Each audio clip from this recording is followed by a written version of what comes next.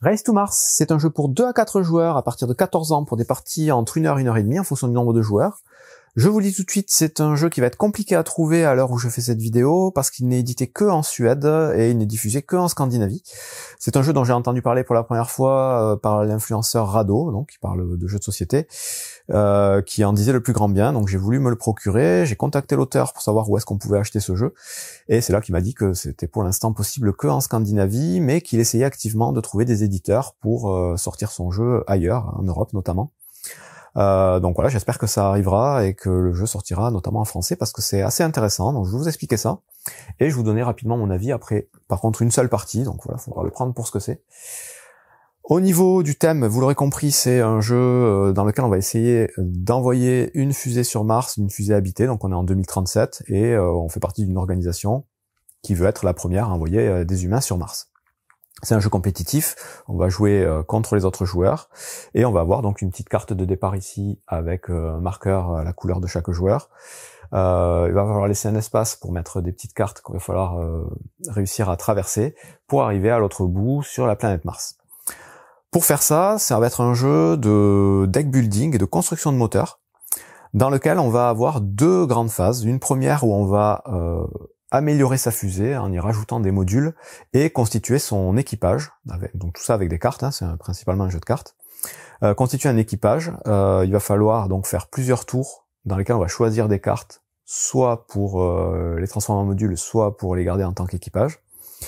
Et à chaque tour, on va rajouter une petite carte qui va constituer le chemin qui va nous amener jusqu'à Mars, et ce chemin, il va être délimité par des petites cases sur lesquelles il va y avoir des ressources à dépenser. Ces ressources, il y en a 6 différentes dans le jeu, 4 communes et 2 rares. Il va y avoir donc la coque de votre vaisseau, la vélocité, la navigation et le fuel, ça ce sont les ressources de base. Et ensuite, on aura la communication et l'engineering, ce seront les ressources un peu plus complexes. Ces ressources-là, on va les trouver sur les cartes à différents endroits, je vais vous expliquer comment ça fonctionne. Mais avant ça, la mise en place. Donc pour la mise en place, vous allez mettre la planète Terre d'un côté. Il va falloir laisser un espace de 6 cartes avant de mettre la carte centrale ici avec une ligne verte. Puis 6 nouvelles cartes, 6 emplacements de cartes avant de mettre la planète Mars. Donc il faut quand même pas mal de place sur la table. Ensuite, vous allez avoir plusieurs types de cartes dans le jeu. Vous allez avoir des cartes boost, ce sont ces cartes-là, elles sont toutes identiques. Des cartes astéroïdes, ce sont ces cartes-là, elles sont aussi toutes identiques. Donc là, il y en a plusieurs qu'on va pouvoir récupérer de différentes façons. Vous allez avoir une carte donc de premier joueur, une carte de joueur actif, donc ça vous l'attribuerez aléatoirement en début de partie, un joueur récupérera les 2 cartes directement. Puis chaque joueur va récupérer donc une carte fusée à sa couleur et les petits pions correspondants, donc on va avoir un petit pion de fusée et des petits carrés, des petits cubes qui vont servir à indiquer quelles ressources on va utiliser à chaque tour. Et on aura un deuxième petit pion de fusée qu'on mettra sur la première case de la planète Terre ici, en début de partie. On va avoir des jetons d'expérience qu'on va mettre de côté, donc une sorte de petit livre, et un deck de cartes principal, donc un gros deck de cartes qui va constituer les cartes du jeu qui ont à chaque fois 3 zones. Une zone sur un bandeau violet en haut qui va correspondre donc à l'équipage, donc quand elle sera utilisée en tant qu'équipage, on ne regardera que ce bandeau. La zone du bas qui va être sur fond gris, qui sera un module que vous pourrez rajouter à vos fusées quand elle sera utilisée pour cette façon-là. Et la zone du milieu, ce sera la carte de trajectoire de vos fusées qui pourra venir du coup combler les espaces pour faire le chemin complet jusqu'à Mars. Donc ces cartes-là, on va toutes les mélanger en début de partie et on va les mettre en tas quelque part au milieu de la table, accessible par les joueurs au début de la partie. En plus de ces cartes, on va avoir une petite carte ici qui va nous permettre de convertir nos connaissances en divers bonus. Donc celle-là, elle sera visible tout le temps et elle sera jouée tout le temps à chaque partie, celle qui transforme du coup les connaissances en boost. Et ensuite, on a des cartes de départ qui sont des cartes un peu spéciales. Elles ressemblent un peu aux cartes à jouer, sauf que au centre, au lieu d'avoir donc les différentes ressources, on va avoir des conversions de connaissances en différents bonus. Ces cartes de départ, on n'est pas obligé de les jouer, avec pour la première partie, on vous dit dans la règle, mais je vais quand même les expliquer. Donc si vous voulez jouer avec, vous allez les mélanger, il y en a un certain nombre. Vous en mettrez une à côté de la carte qui est tout le temps en jeu, et vous en piocherez un nombre correspondant au nombre de joueurs plus 1. Donc là, si j'ai mis une mise en place pour 3 joueurs, je pioche 4 cartes qu'on met visibles au début de la partie, et avant de commencer la partie, on va pouvoir récupérer ces cartes, je vais vous expliquer après. En plus de tout ça, on a un autre petit module qui est pas obligatoire pour les premières parties, ce sont ces cartes-là. Ce sont des cartes de quartiers généraux. Ce sont des pouvoirs en fait qu'on va pouvoir utiliser pendant la partie et qui seront propres à chaque joueur. Ces cartes-là, si vous voulez jouer avec, vous les mélangez, vous distribuez 2 cartes à chaque joueur en début de partie. Et avant de commencer à jouer, chaque joueur va devoir en garder une qui mettra face visible à côté de lui et défausser l'autre. Et donc je vous dis, c'est un petit pouvoir qui va changer un petit peu les règles du jeu. Une fois qu'on a positionné tout ça, donc vous avez aussi des cartettes de jeu recto verso, donc avec les différentes phases d'un tour, les différentes ressources, les différents modules que vous allez pouvoir ajouter à votre fusée et les différents pouvoirs de vos équipages. Donc ces cartes, vous pouvez les mettre, les distribuer à chaque joueur aussi. Et on est prêt, une fois qu'on a fait tout ça, chacun a sa petite fusée, ses petits cubes, on a déterminé le premier joueur, on a pris éventuellement son quartier général, placé ses fusées sur le départ, on est prêt à commencer la partie. Donc la partie va durer un certain nombre de tours jusqu'à ce qu'un joueur réussisse à arriver sur Mars, ce qui mettra fin à la partie. S'il est tout seul à y arriver, ce sera le vainqueur. Si plusieurs joueurs y arrivent, ce sera celui qui aura le plus de jetons connaissance en son possession qui sera considéré comme le vainqueur. Et en cas d'égalité, on se partage la victoire. Donc c'est un vrai jeu de course en 2 temps, comme je vous ai dit. La première étape, ça va consister à construire sa fusée et son équipage. Et quand on pensera être suffisamment prêt pour décoller, on passera au décollage de sa fusée et on va commencer à avancer sur la piste ici. Mais avant ça, en tout début de partie, si on joue avec les cartes de départ, qu'on a mis en place ici, en commençant par le dernier joueur et en remontant jusqu'au premier, chaque joueur va pouvoir récupérer une des cartes qui ont été mises à disposition ici pour la rajouter tout de suite en tant que module à sa fusée ou en tant que membre d'équipage. Quand on récupère une carte en tant que module pour sa fusée, on prend la carte et on la rajoute en laissant dépasser uniquement la zone grise sous sa fusée. Et ça nous permet d'avoir un nouveau module. Et on va du coup avoir plusieurs cartes en dessous de sa fusée comme ça. Si on veut récupérer la carte en tant que membre d'équipage, on la met face visible à côté de sa fusée et on va pouvoir mettre plusieurs cartes ici pour avoir du coup plusieurs équipages qui serviront surtout du coup dans la deuxième phase une fois qu'on aura décollé. Donc chaque joueur va récupérer une carte et il restera une dernière carte qui sera mise à côté des 2 autres qui ont été mises en place en début de partie et qui permettra tout au long de la partie d'utiliser les connaissances pour leurs petits bonus qui sont marqués au centre. Ensuite, on peut attaquer la première phase d'un tour de jeu, qui est du coup la phase de pré-lancement. Donc comme je vous disais, au début, on est obligé de tous faire ça. On peut pas décoller tout de suite. Il faut d'abord créer sa fusée et son équipage. Donc pour cette phase, on va tout simplement retourner à chaque début de tour autant de cartes qu'il y a de joueurs plus 1. Toujours pareil. Et là, en commençant par le joueur qui a la carte Active Player, chaque joueur va pouvoir récupérer une carte, soit en tant que module, soit en tant que membre d'équipage. Donc là, je suis le joueur actif, je choisis une de ces cartes en tant que module, par exemple. Je vais prendre celle-là, je vais la mettre en module ici. Puis le joueur suivant, dans le sens aiguille d'une montre, va choisir une carte et là, il aura le choix aussi de la mettre en tant que module ou en tant que membre d'équipage. L'autre joueur fera ça et il restera à chaque fois une carte. Cette dernière carte, elle va venir compléter la trajectoire et le chemin pour aller jusqu'à Mars, donc le prochain emplacement libre de gauche à droite en partant de la Terre. Et vous voyez que sur ces cartes, vous allez avoir plus ou moins de symboles, de ressources à dépenser en fonction des pistes. Et donc ça aura une importance aussi au moment du choix des cartes, de ne pas se mettre trop de difficultés sur sa propre ligne. Donc là, on a fini un tour de pré-lancement. On met 4 cartes, donc on commence le deuxième tour, on remet le même nombre de cartes que le nombre de joueurs. On passe la carte de joueur actif au joueur suivant, donc ça va tourner à chaque tour. Et toujours pareil, le joueur actif choisit en premier sa carte, il la prend en tant que membre d'équipage ou module. Le joueur suivant fait pareil, le joueur suivant fait pareil, et on rajoute la carte restante au chemin. On va faire ça au minimum 12 fois, parce qu'il va falloir remplir les 12 cartes ici.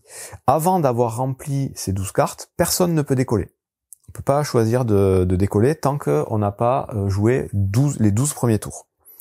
Une fois qu'on aura joué les 12 premiers tours, exactement de cette façon-là, donc récupérer au moins 12 cartes, soit en module, soit en personnel. À partir donc, du 13e tour, toutes les cartes auront été placées ici. On va en placer vite fait pour l'exemple.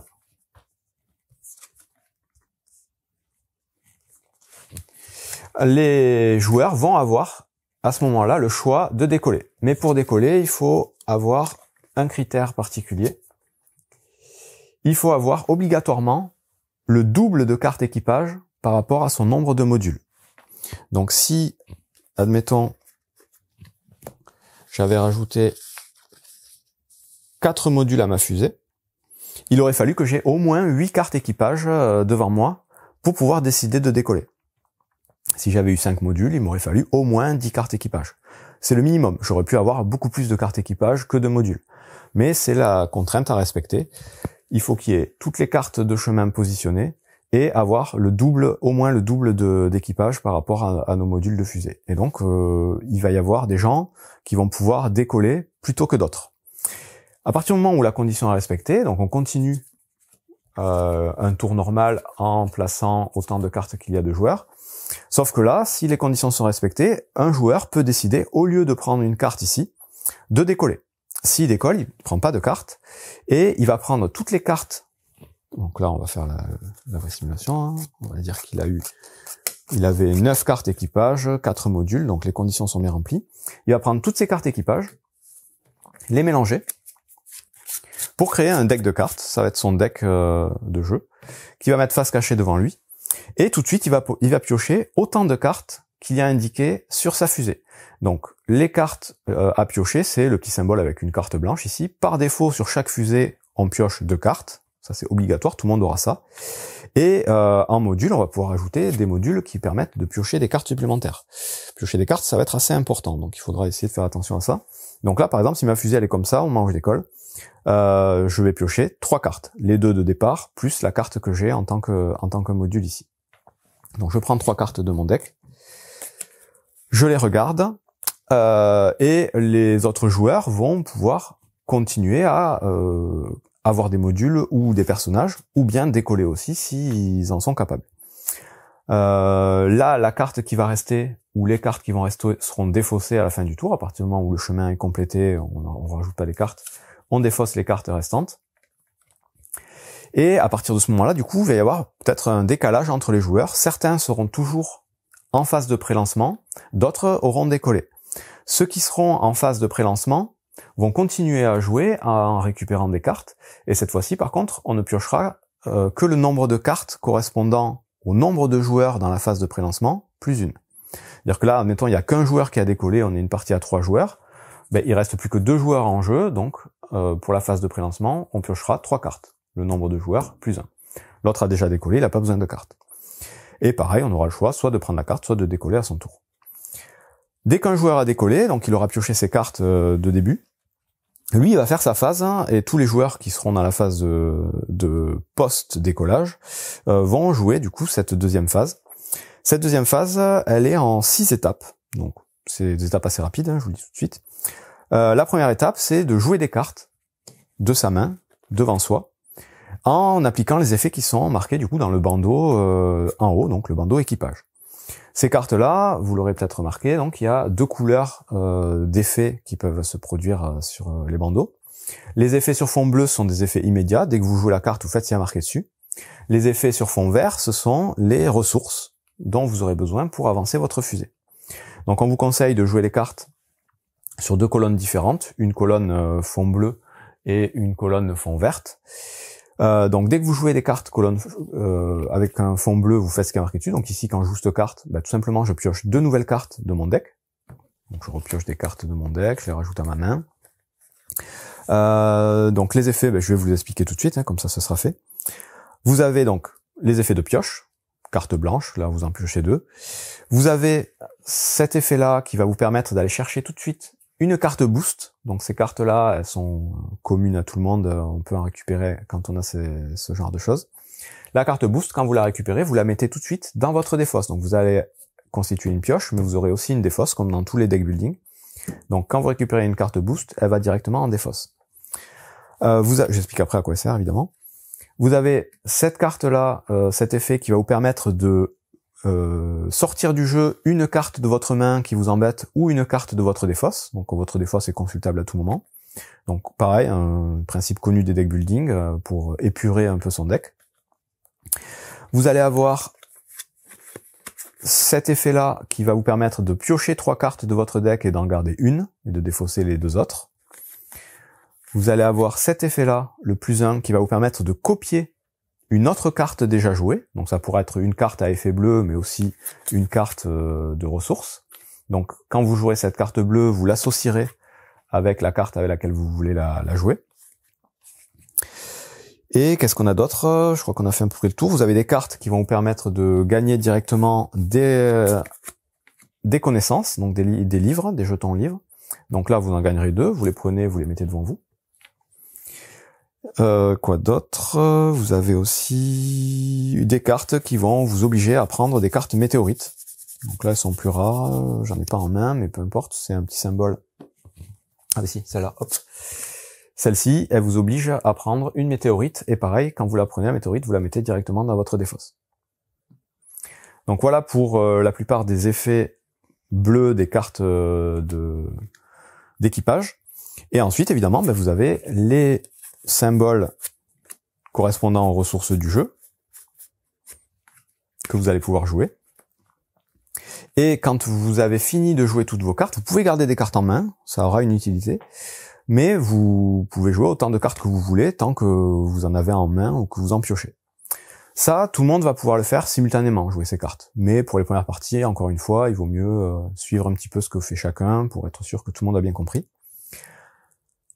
Une fois que tout le monde a joué ses cartes, on passe à la deuxième phase de la phase post-lancement, qui consiste à avancer sa fusée. Donc là, on va tout simplement prendre nos petits cubes, regarder les symboles dont on a besoin pour avancer, et on doit les résoudre dans l'ordre, donc de gauche à droite. Donc moi, j'ai besoin d'un symbole de coque, là, de structure. Ce symbole-là, il est ici. Donc je peux utiliser, en mettant un petit cube dessus, le symbole dont j'ai besoin, pour avancer ma fusée sur la prochaine case. Ensuite, je vais avoir besoin d'un autre symbole de structure. Bon, là, pour le coup, j'en ai pas d'autres. Donc là, si j'en ai pas d'autres, c'est le cas ici, j'en ai pas ni sur ma fusée, ni ici, mon voyage s'arrête là pour ce tour, en tout cas, je peux pas aller plus loin. Si par contre, j'avais eu une autre ressource possible, et donc je vous explique tout de suite, cette ressource-là, c'est un joker, c'est une ressource qui va pouvoir remplacer n'importe laquelle des 4 ressources de base. Les ressources de base, elles sont sur les cartes trajectoires sur fond noir. Toutes les ressources sur fond noir, il y en a 4. Vous avez la structure, vous avez la vélocité, vous avez, comment ils appellent ça, la navigation, et vous avez le fuel. Ces 4 ressources-là, ce sont les ressources de base. Bon, mais les petites spirales ici, c'est des jokers pour remplacer n'importe laquelle de ces 4 ressources de base. En plus de ces ressources de base, vous avez 2 ressources plus complexes. Vous avez la communication, qui vont être sur fond blanc, et l'engineering, la petite clé à molette, qui va être aussi sur fond blanc. Donc vous pouvez les distinguer sur les chemins, savoir où elles se trouvent. C'est des ressources qui vont être plus rares sur les cartes, plus difficiles à trouver. Et qui ne pourront pas être remplacées par les jokers ici. Donc je vais avancer ma fusée, donc là il me faut une deuxième structure. J'ai pas le symbole de structure, mais j'ai une ressource joker, donc je peux utiliser ma ressource joker pour avancer ici. Ensuite il me faut de la navigation. J'en ai pas, donc je suis censé m'arrêter là. Mais quand on va utiliser les cubes pour utiliser du coup les ressources, on peut utiliser donc toutes les ressources vertes des cartes qu'on a jouées d'équipage, plus les ressources qu'on aura rajoutées en tant que module sur notre fusée. Donc sur notre fusée, on va avoir chacune des ressources qui pourra être rajoutée en tant que module, qui sera du coup utilisable à chaque tour. Donc on n'est pas dépendant des cartes qu'on va piocher, puisque c'est uniquement les cartes d'équipage, mais les cartes modules, c'est un peu fort, ça nous permet d'avoir les ressources directement. Et tant que j'y suis, du coup, j'explique les autres pouvoirs des modules. Donc vous avez les modules qui vous permettent de piocher plus de cartes à chaque tour. Vous avez les modules qui vont vous permettre de conserver une carte d'un tour à l'autre, parce qu'on va le voir juste après, à la fin de son tour, on défausse toutes les cartes qu'on a jouées et toutes les cartes qu'on a en main, avant de repiocher des nouvelles cartes. Donc grâce à ce petit symbole, vous allez pouvoir garder une carte d'un tour à l'autre, si vous savez qu'elle va vous servir pour le tour d'après. Donc par symbole, une carte gardée supplémentaire. Vous avez donc les différents symboles qui correspondent aux différents types de ressources pour avancer que vous pourrez utiliser à chaque tour. Vous avez ce petit symbole-là, une espèce d'explosion x3, qui est un module que vous allez pouvoir éliminer, donc défausser définitivement de la partie, pour pouvoir avancer de 3 cases directement, peu importe les symboles. Donc ça c'est un super joker, mais c'est valable qu'une fois pour la partie, ensuite vous défaussez la carte. Ensuite vous allez avoir des modules qui vont vous permettre d'avoir des boucliers. Et je vais expliquer après à quoi ça sert. Je vous en trouve un pour exemple. Donc vous avez le bouclier jaune ici, et vous avez la même chose en rouge. Ces boucliers-là, ils vont servir parce que sur la trajectoire ici, de temps en temps, vous allez pouvoir trouver des espèces de barrières comme ça, donc jaune, rouge comme vous avez ici, ou vert, ce sera juste la carte centrale. Et ces barrières-là, quand vous voudrez les passer, il va vous falloir perdre des choses. Et donc, je vais l'expliquer maintenant. Les barrières rouges, quand vous les traversez, si vous n'avez pas de bouclier rouge pour pouvoir vous en prémunir, vous allez devoir perdre obligatoirement un module de votre fusée, de votre choix, que vous défausserez. Ça pourra être un module sur lequel vous avez déjà utilisé une ressource, pour le tour en cours en tout cas, mais il faudra en tout cas définitivement virer une carte module de votre fusée. Donc un peu méchant, les barrières rouges. Les barrières jaunes, c'est le même principe, mais avec des cartes d'équipage. Obligatoirement des cartes d'équipage de votre main ou de votre défausse, que vous choisirez et que vous défausserez définitivement, vous sortirez du jeu. Et si vous n'avez pas de carte en main, pas de carte en défausse au moment où vous traversez, ce sera une des cartes que vous aurez jouées devant vous. Et enfin, la petite barrière verte ici, quand vous la traversez, vous prenez juste une carte d'astéroïde que vous rajoutez à votre défausse. Et les cartes astéroïdes, vous l'aurez peut-être compris, ce sont des cartes mortes en fait dans votre jeu qui vont vous pourrir la main parce que servent à rien et vous allez les piocher, plus vous en aurez, plus vous en piocherez.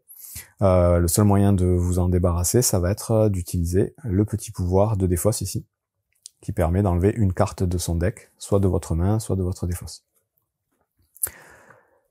Voilà pour les différents modules. Il en reste 2 que j'ai pas expliqué. Vous allez avoir celui-ci. Celui-ci, on va le mettre par exemple là. Le module à double flèche ici. Lui va vous permettre à chaque tour de choisir si vous voulez utiliser le module du haut ou le module du bas. Donc ça va vous doubler l'utilisation d'un module. Donc là, je pourrais utiliser mon fuel une première fois en mettant un cube dessus. Et si j'utilise ma flèche haut, je pourrais mettre un deuxième cube dessus. Mais dans ce cas-là, je ne pourrais pas conserver de carte à la fin du tour. Je choisis en fait de cartes supplémentaires. Chaque carte s'active une fois, ça active la carte du dessous ou du dessus une seconde fois. Et vous aurez un dernier module, une dernière icône, c'est celle-ci avec la petite flèche. Ce module-là, quand vous l'avez actif dans votre fusée, vous jouerez avec la première carte de votre deck, de votre pioche, face visible. Donc vous saurez à chaque fois la carte suivante que vous allez piocher. Ça peut être intéressant aussi. Donc on a expliqué tous les différents pouvoirs de l'équipage, tous les différents pouvoirs des modules. On a expliqué du coup qu'en phase de post-lancement, vous allez jouer des cartes ici, vous allez utiliser vos petits cubes sur les ressources pour avancer dans l'ordre le plus possible à chaque tour. Une fois que vous aurez avancé au maximum, les cartes qui vous resteront en main, s'il en reste, vous allez pouvoir les dépenser pour gagner des petites connaissances, des petits livres. Vous pourrez dépenser autant de cartes que vous voulez comme ça, sauf les cartes astéroïdes et les cartes boost. Si vous en avez en main, vous ne pourrez pas les défausser pour gagner des livres. Ce sera uniquement les cartes équipage de base. Une fois que vous aurez fait ça, vous allez pouvoir dépenser justement les petites ressources en livres que vous allez accumuler pendant la partie pour gagner les bonus qui sont mis en place en début de partie, en haut là-bas. Donc on en avait 3 normalement tout à l'heure, j'en ai enlevé une, c'est pas très grave. Donc là, celle-ci qui est toujours en jeu, elle est simple, vous allez dépenser 3 jetons pour gagner une carte boost que vous mettrez dans votre défausse. Celle-ci vous permet de dépenser 2 livres pour pouvoir enlever une carte de votre jeu. Et il y en a d'autres, il faudra les regarder. Elles sont assez variables. Celle-ci, elle va vous permettre pour 1 jeton de piocher une carte supplémentaire. Celle-ci, elle est un peu particulière, elle vous permet pour 2 jetons de changer de ligne sur la piste de trajectoire. Quand vous le faites, vous allez descendre ou monter du coup sur une ligne adjacente où vous vous trouvez, mais vous allez revenir sur la case la plus à gauche de la carte sur laquelle est votre fusée. Donc par exemple, si je suis ici, et que je décide d'utiliser 2 livres pour changer de ligne parce que le symbole d'engineering ici, je sais que je l'aurai pas, ça va être compliqué. Bon ben je le fais, et dans ce cas-là, par contre, je redescends tout en bas de la carte.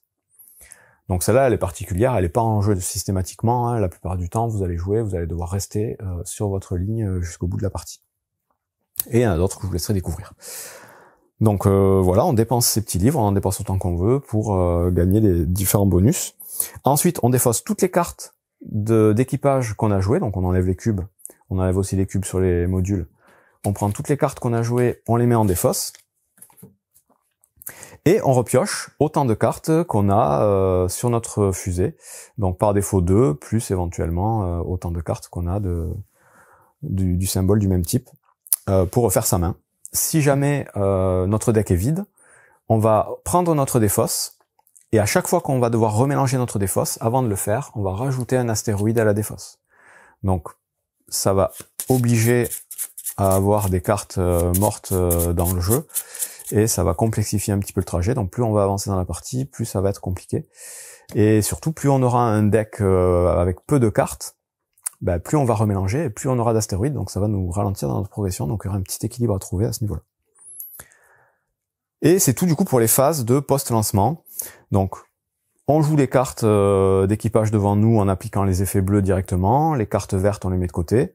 Une fois que tout le monde a joué ses cartes, on fait avancer notre fusée en posant les petits cubes sur les ressources nécessaires. Donc on vous dit que vous pouvez, comme on le fait tous à peu près en même temps, de jouer des cartes. Au moment où vous jouez vos cartes, vous pouvez, vous, dans votre tête, vous dire, bon, mais là, j'avance là, utilisez votre deuxième jeton pour vous mettre à peu près là où vous pensez arriver en ayant joué vos cartes. Et la phase de résolution, donc la phase d'avancer les roquettes, elle se fait dans l'ordre du tour, en commençant par le premier joueur. Et donc là, ben, on regarde quelles ressources on utilise, on regarde si on est bien arrivé au bon endroit. Dans ce cas-là, on peut prendre le premier jeton pour gagner du temps. Donc on avance notre roquette, on échange les cartes qui nous restent en main pour de l'expérience. On dépense de l'expérience pour des bonus, on défausse toutes nos cartes, on repioche des cartes, et on recommence jusqu'à ce qu'un joueur ait réussi à arriver sur la planète Mars. Si c'est le dernier joueur du tour, en partant par le premier joueur, mais dans ce cas-là, la partie est terminée, et c'est lui qui a gagné. Si c'est n'importe quel autre joueur, ben on finit le tour de jeu en cours, et s'il y a plusieurs joueurs qui sont arrivés en même temps, ce sera celui qui aura le plus d'expérience qui sera vainqueur, sinon on se partage l'égalité. Et on a fait le tour des règles. Juste rappel, vous avez votre ordinateur votre QG, votre petite carte ici qui va changer un petit peu toutes les règles que je viens d'expliquer. Donc celle-ci par exemple, elle vous permet de rajouter une carte supplémentaire au choix des cartes quand c'est à votre tour de choisir.